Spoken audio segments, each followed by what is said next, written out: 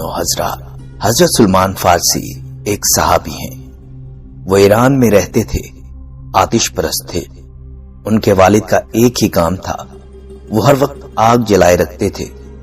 وہ آگ کو بجھنے نہیں دیتے تھے کہ ان بیچاروں کا خدا کہیں بجھ نہ جائے، لہٰذا اس کو لکڑیاں دینی پڑتی۔ اس نے حضرت سلمان فارسی رضی اللہ تعالیٰ عنہ سے کہا، بیٹا آپ کا بھی ایک ہی کام ہے کہ آگ جلتی رہنی چاہیے۔ یہ اچھے بھلے بڑی عمر کے ہو گئے تھے، مگر ان کو باہر کی دنیا کا پتہ ہی نہیں تھا۔ ایک مرتبہ آپ کے والد بیمار ہو گئے، اس نے آپ کو زمینوں پر بھیجا، جاؤ وہاں سے پیسے لے کر آنا، لیکن یاد رکھنا کہ سیدھا جانا اور سیدھا آنا، وقت ضائع نہ کرنا۔ انہوں نے پہلے باہر کبھی نکل کر دیکھا تک نہیں تھا، اب ان کو باہر نکلنے کا موقع ملا۔ چنانچہ جب باہر نکل کر جا رہے تھے تو ایک راہب، عیسائیوں کا عالم اس کو مل گیا۔ انہوں نے اس راہب سے راستہ پوچھا، ان کی آپس میں بات چیت ہونے لگی۔ راہب نے ان سے پوچھا، کیا کرتے ہو؟ انہوں نے بتا دیا۔ اس طرح بات چیت سے ان کو راہب کے ساتھ ایک تعلق ہو گیا۔ اس نے کہا، یہاں قریب ہی ایک چرچ ہے، میں وہاں ہوتا ہوں، تجھے جب موقع ملے میرے پاس ہو کر جایا کرو۔ چنانچہ وہ جب بھی ادھر آتے تو اس کو مل کر جاتے۔ راہب نے ان کے سامنے عیسائیت کی تعلیمات پیش کی۔ حضرت سلمان فارسی رضی اللہ تعالیٰ عنہ بہت پریشان ہوئے کہ میں ان سے پڑھنے آیا تھا اور یہ فوت ہو گئے۔ پھر وہ ان سے بھی بڑے عالم کے پاس گئے، وہ بھی بوڑھے ہو چکے تھے، ان کے پاس کچھ عرصہ پڑھا ہی تھا، وہ بھی بیمار ہو گئے، لہٰذا آپ کو پھر پریشانی ہوئی۔ اسی پریشانی کے عالم میں آپ نے ان سے پوچھا، میں کیا کروں؟ انہوں نے فرمایا، کوئی بات نہیں، آپ میرے بعد فلاں سے علم حاصل کر لینا۔ چنانچہ جب وہ عالم فوت ہوئے تو تیسرے کے پاس گئے۔ اللہ کی شان دیکھیے، تیسرا بھی بوڑھا تھا۔ اب تو حضرت سلمان فارسی رونے لگے کہ پتہ نہیں یہ کیا معاملہ ہے، میں جدھر بھی جاتا ہوں استاد مجھے داغ مفارقت دے جاتے ہیں۔ اس نے کہا، پریشان ہونے کی ضرورت نہیں۔ انہوں نے پوچھا، کیسے؟ آپ کے استاد نے کہا، وقت آ گیا ہے جس میں نبی آخر الزمان تشریف لانا ہے، میں نشانیاں بتا دیتا ہوں، لہٰذا آپ کوشش کر کے اس علاقے میں چلے جائیں جہاں انہوں نے آنا ہے، وہاں جا کر ان سے تعلیم حاصل کرنا۔ یہ سن کر بہت خوش ہوئے۔ چنانچہ آپ کے استاد نے آپ کو نشانیاں بتائیں اور ایک قافلے والوں کے ساتھ مدینے کی طرف روانہ کر دیا۔ اس زمانے میں مدینہ کو یثرب کہا جاتا تھا۔ قافلے والوں نے درمیان میں بدعہدی کی کہ یہ بچہ ہے اور اس کا کوئی وارث نہیں۔ انہوں نے مدینہ منورہ پہنچ کر انہیں ایک غلام کی حیثیت سے بیچ دیا اور انہیں ایک یہودی نے خرید لیا۔ آپ کا کوئی واقف نہ تھا، البتہ انہوں نے جب یہ علاقہ دیکھا اور نشانیوں کو دیکھا جو ان کے استاد نے بتائی تھی تو ان کو تسلی ہو گئی کہ یہ وہی علاقہ ہے جہاں نبی آخر الزمان تشریف لانا ہے۔ چنانچہ دل میں فیصلہ کر لیا، اب میں یہی رہوں گا۔ اس یہودی کا کھجوروں کا ایک باغ تھا، وہ سارا دن اس باغ میں کون آئے ہیں؟ چنانچہ وہ چھٹی کے دن بستی میں پہنچے اور پوچھتے پوچھتے نبی کریم صلی اللہ علیہ وآلہ وسلم کی خدمت میں پہنچ گئے اور زیارت کر کے اپنی آنکھوں کو ٹھنڈک پہنچائی۔ ان کو استاد نے نبی آخر الزمان صلی اللہ علیہ وآلہ وسلم کی دو نشانیاں بتائی ہوئی تھی۔ ایک نشانی وہ یہ کہ ہدیہ قبول کر لیں گے اور دوسری نشانی یہ کہ وہ صدقہ کا مال قبول نہیں فرمائیں گے۔ چنانچہ انہوں نے کچھ ہدیہ لا کر نبی کریم صلی اللہ علیہ وسلم کی خدمت میں پیش کیا اور عرض کیا، یہ صدقہ کے پیسے ہیں، آپ قبول فرما لیجئے۔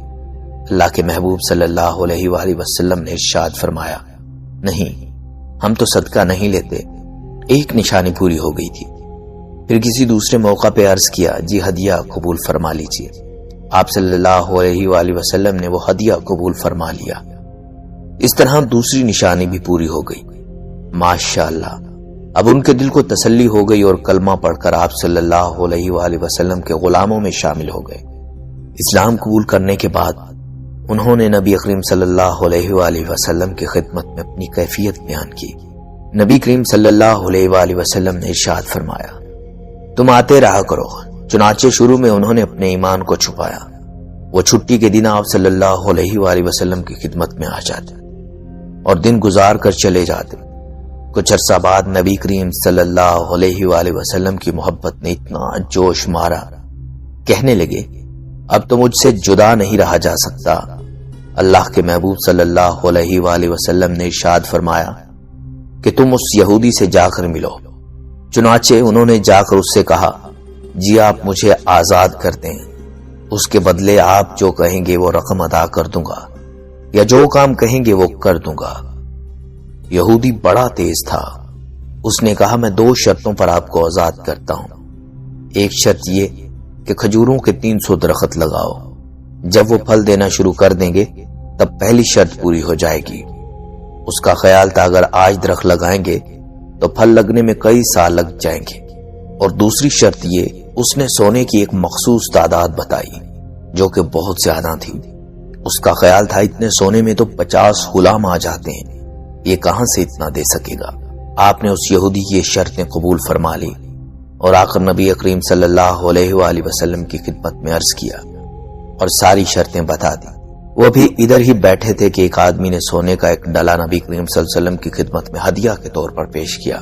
آپ صلی اللہ علیہ وآلہ وسلم نے وہ سونا حضرت سلمان فارسی کو دیا اور فرمایا، سلمان، اللہ نے تیرا کام آسان کر دیا، جاؤ اور اسے یہ دے دو۔ اب یہ لے گئے اور اس یہودی کو جا کر وہ سونا دے دیا۔ سونے کا وہ ڈلا دیکھنے میں تو چھوٹا سا تھا، لیکن جب وزن کیا تو بالکل پورا نکلا۔ وہ بڑا حیران ہوا، اس نے سوچا شاید ترازو میں کوئی خرابی ہو، چنانچہ اس نے ترازو کو ٹھیک کیا اور پھر تولا، پھر وہ پورا نکلا۔ اس طرح اس نے کئی بار وزن کیا اور ہر بار وزن برابر نکلا۔ بلاخر حیران ہو کر کہنے لگا، چلو ٹھیک ہے، اب کھجوروں کا باغ لگاؤ۔